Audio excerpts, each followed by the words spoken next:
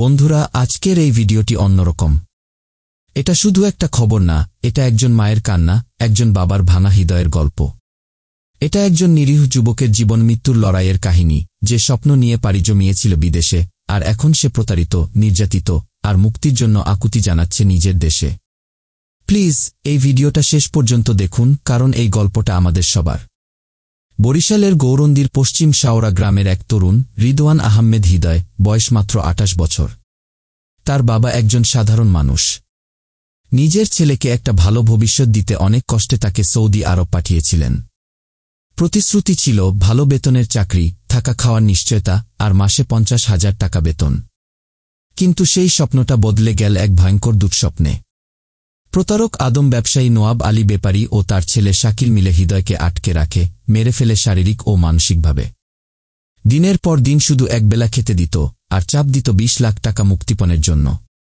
হৃদয় তার মা বাবাকে ভিডিও কলে তার শরীরের ক্ষত দেখায়। একটা মা কিভাবে ছেলের এমন অবস্থা দেখে ঘুমাতে পারে বলুন? পরিবার দিশেহারা হয়ে যায়, থানায় অভিযোগ করে, সমাজের কাছে সাহায্য চায়। একসময় স্থানীয় কিছু ভালো মানুষ, সৌদি প্রবাসী বাংলাদেশিরা তাকে সেখান থেকে উদ্ধার করে। কিন্তু তারপরও শেষ হয়নি হৃদয়ের দুর্ভোগ।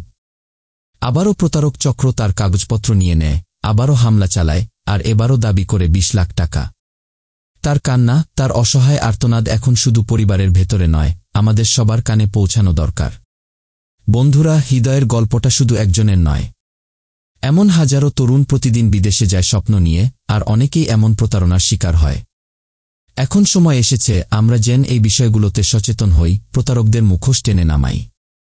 আপনারা যারা ভিডিওটা দেখলেন, প্লিজ হৃদয়ের পরিবারের পাশে দাঁড়ান, মন থেকে শেয়ার করে অন্যদের জানান, যাতে কোনো মা আর ছেলের জন্য এমন কষ্ট না পায়, কোনো বাবা নিজের চোখের সামনে ছেলেকে ধ্বংস হতে না দেখে।